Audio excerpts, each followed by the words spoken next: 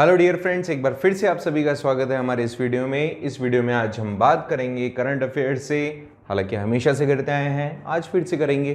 First question से शुरुआत करते हैं। अब तक तो आपको मेरा डायलॉग रट गया होगा। So first question says, which country launched the Simorgh satellite carrier rocket with research devices? इनमें से कौन सी कंट्री है जिसने Simorgh satellite carrier rocket launch किया जिसके अंदर रिसर्च डिवाइसेस हैं? ये 3 डिवाइसेस थी। जिस भी कंट्री ने, जो आप मेरे को बताने वाले हो, जिसने इसको लॉन्च किया है, हालांकि इसके नाम से उसी देश का एक सुपर कंप्यूटर भी है, सिमोर्ग सुपर कंप्यूटर, ठीक है। एंड इस रॉकेट के साथ में उन्होंने 3 रिसर्च डिवाइसेस डाली है। क्या ऑप्शन ए बांग्लादेश है, ऑप्शन बी इजराइल है, ऑप्शन सी यूएई है, या ऑप्शन डी ईरान है? हालांकि इसका विरोध किया था यूएसए ने, हमेशा से जो करता आया है। बताइएगा कौन सा है, इनमें से कौन सा ऑप्शन करेक्ट है, ए बी सी या डी? अगर आपने चूज किया है ऑप्शन डी, क्योंकि इसकी और इसकी कभी नहीं बनती, तो option D would be right answer. Next question, Sadia Tariq, जो अभी इन दिनों न्यूज में आपको देखने को मिली, ये कौन से स्पोर्ट से रिलेटेड है? Hockey, wushu, weight lifting, gymnastic? Sadia Tariq कौन से स्पोर्ट से रिलेटेड है? इनके बारे में थोड़ा सा बता देता हूं। भारत के कश्मीर से आती हैं, कश्मीरी गर्ल है ये, ठीक है, कश्मीरी गर्ल है। एंड इन्होंने मॉस्को के अंदर, जो मॉस्को, बता दो क्या राइट आंसर? अब तो खैर बता ही दिया मैंने, वुशु, ठीक है। तो मॉस्को के अंदर वुशु स्टार चैंपियनशिप हो रही थी, वहां पे इन्होंने, सादिया तारिक ने गोल्ड जीता है। मतलब एक बहुत अच्छा मैसेज और मोटिवेशन है उन सभी लड़कियों के लिए जो कश्मीर से बिलोंग करती हैं एंड स्पोर्ट्स जैसे फील्ड में, मतलब मान के चलें जिनको आगे आने का मौका नहीं मिलता, बट शी हैज़ डन। सबसे ज़्यादा एक सरप्राइजिंग बात है, कश्मीर जैसे रीजन में वुशु जैसा एक स्पोर्ट, अभी वुशु क्या होता है? एक तरीके का मार्शल आर्ट है। क्या है? मार्शल आर्ट, कुंफू, ठीक है। कुंफू है, मार्शल आर्ट है, बेसिकली एक डंडा स्टिक लेकर के कुंफू करते हैं ना, वैसा वाला है ये। उसके अंदर इन्होंने गोल्ड जीता है मॉस्को के अंदर वुशु स्टार चैंपियनशिप के अंदर, जो कि रशिया की कैपिटल में हो रही थी इस साल। तो उन्होंने वहां पर ये गोल्ड जीता और एक तरीके से इंस्पायर किया थाउजेंड्स ऑफ कश्मीरी गर्ल्स को। Next question says, which country is the new member of brick, new development bank, NDB? इसमें से ब्रिक के न्यू डेवलपमेंट बैंक्स की नई कौन सी कंट्री मेंबर बनी? क्या ये इजिप्ट है, इजराइल है, बांग्लादेश है, या इटली है? ये ब्रिक क्या है? बेसिकली ब्रिक 5 कंट्रीज का एक ग्रुप है जो कि वर्ल्ड लेवल पे इमर्जिंग कंट्रीज थी, इमर्जिंग इकोनॉमीज थी। इसमें B for Brazil, R for Russia, I for India, C for China, S for South Africa. इन 5 कंट्रीज ने मिलकर एक ग्रुप बनाया। आगे चल के कुछ और कंट्रीज भी इनके सामने आए, ठीक है, और वो भी इनका पार्ट बनना चाहा, तो उन्होंने एनडीबी के अंदर उनको ऐड किया। ऑलरेडी एनडीबी में 3 कंट्रीज थी, एक चौथी नई कंट्री इसमें से जुड़ी है, वो आपको बतानी है। अब पहले तो ये बता देता हूं इसमें कौन कौन है। यूएई है, बांग्लादेश है, और एक कंट्री और है, दैट इज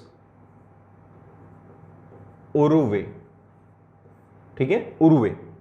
ये थोड़ा सा नाम आपको अलग लगेगा, अमेरिकन कंट्री एक उरुवे।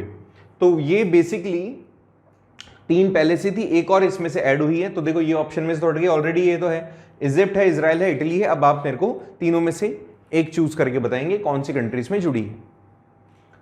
अगर आपने चूज किया है इजिप्ट तो आप करेक्ट हैं, इजिप्ट इसमें अभी लेटेस्टली ऐड हुई है, ठीक है। सो ब्रिक के अंदर इन 5 कंट्रीज का नाम आप याद रख लेना। 2006 में ब्रिक की शुरुआत हुई थी रशिया से, रशिया के अंदर इसका ओरिजिन हुआ था, एंड देन इसके अंदर ये चीजें ऐड होती गई और कंट्रीज ऐड होती गई। 2006 से ये सारे कंट्रीज अब एक साथ हैं। Ocean melting Greenland airborne mission is associated with which country? Ocean के अंदर ग्रीनलैंड एरियाज के आसपास जो बर्फ है उसके पिघलने के कारण ओशंस के अंदर जो बदलाव हो रहे हैं या वो बर्फ जो मेल्ट हो रही है उसको कौन देख रहा है, कौन नोटिस कर रहा है, किसने नोटिस किया, ये मिशन किसका था? तो ये मिशन था नासा का। ऑप्शन में Russia, USA, Israel and China. अगर मैंने कह दिया नासा का है तो ऑफ कोर्स आपका ऑप्शन बी के साथ जाना चाहिए। आपको यहां पर याद रखना है यूएसए ने इसका इनिशिएटिव लिया था और उन्होंने बताया था कि ग्रीनलैंड वाले एरिया पर जो बर्फ है वो लगातार पिघलती जा रही है, जिससे कि क्या होगा, ओशन लेवल बढ़ जाएगा। Next,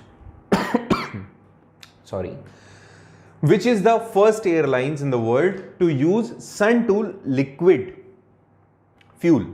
sun to liquid fuel कौन सी एयरलाइंस है जिसने ये कहा है कि हम सोलर एनर्जी से फ्यूल जनरेट करेंगे?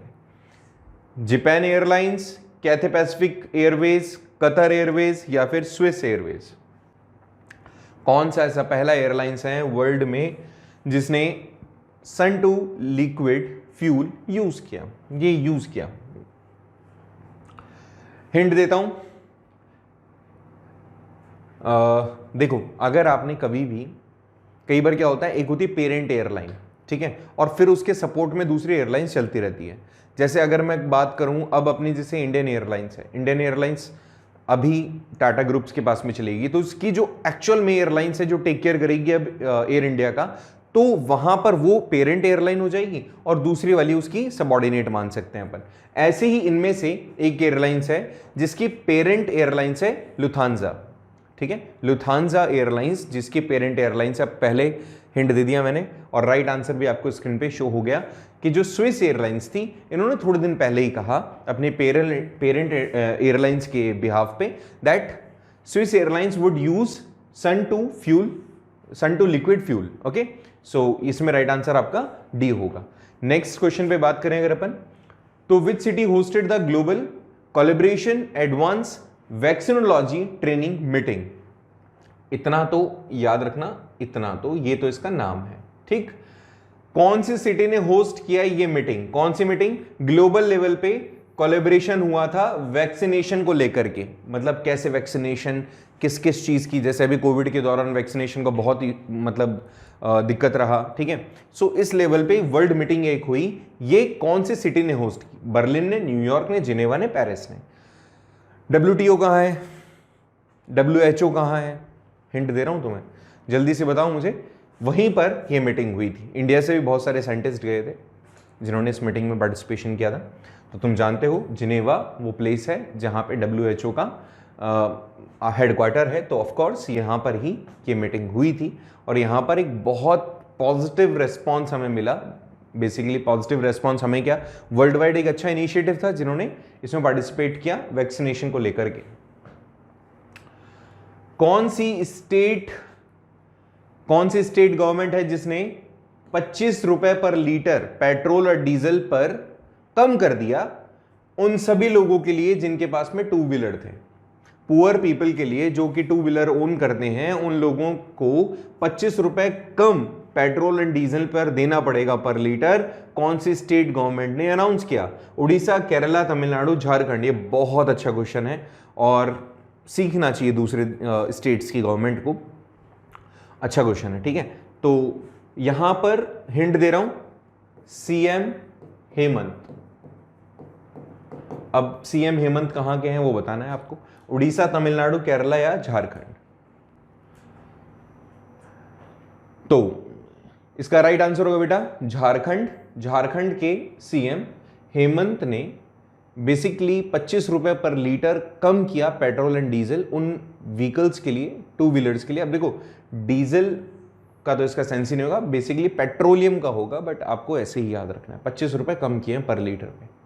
Next, first male player to win the world game athlete of the year award. Who is the first male player to win? कौन सा मेल प्लेयर है जिसने world games athlete of the year award जीता है? Virat Kohli, Pankaj Advani, Arif Khan, PR Sreejesh, mister Khan, mister Kohli और Advani. Okay, ये award एक बार पहले भी हमारे पास आ चुका है 2019 के अंदर। 2019 में ये अवार्ड आया था हॉकी की, जो हमारे इंडियन हॉकी की कैप्टन है रानी, उनके हाथ में आया था 2009 में, विमेन के लिए, विमेन कैटेगरी में। अब मेल कैटेगरी में भी जो हॉकी प्लेयर है हमारे इंडिया के, फॉर्मर कैप्टन थे जिनका नाम है PR श्रीजेश, उनके हाथ में अवार्ड आया 2021 में। तो हॉकी से रिलेटेड है और ये अवार्ड मिला है PR श्रीजेश को। Next question, Indian billionaire, which Indian billionaire topped at the Huron richest self made women in the world in the country. Huron एक मैगजीन है, उसके अंदर मतलब कैटेगरीज निकलती है, एक लिस्ट निकली टॉप 10 बिलियनियर्स की, सेल्फ मेड बिलियनियर्स, जिन्होंने खुद ही बिलियनियर बने, उनको मतलब पुश्तैनी नहीं था ना, उनको पेरेंट्स से नहीं मिला, खुद से बने।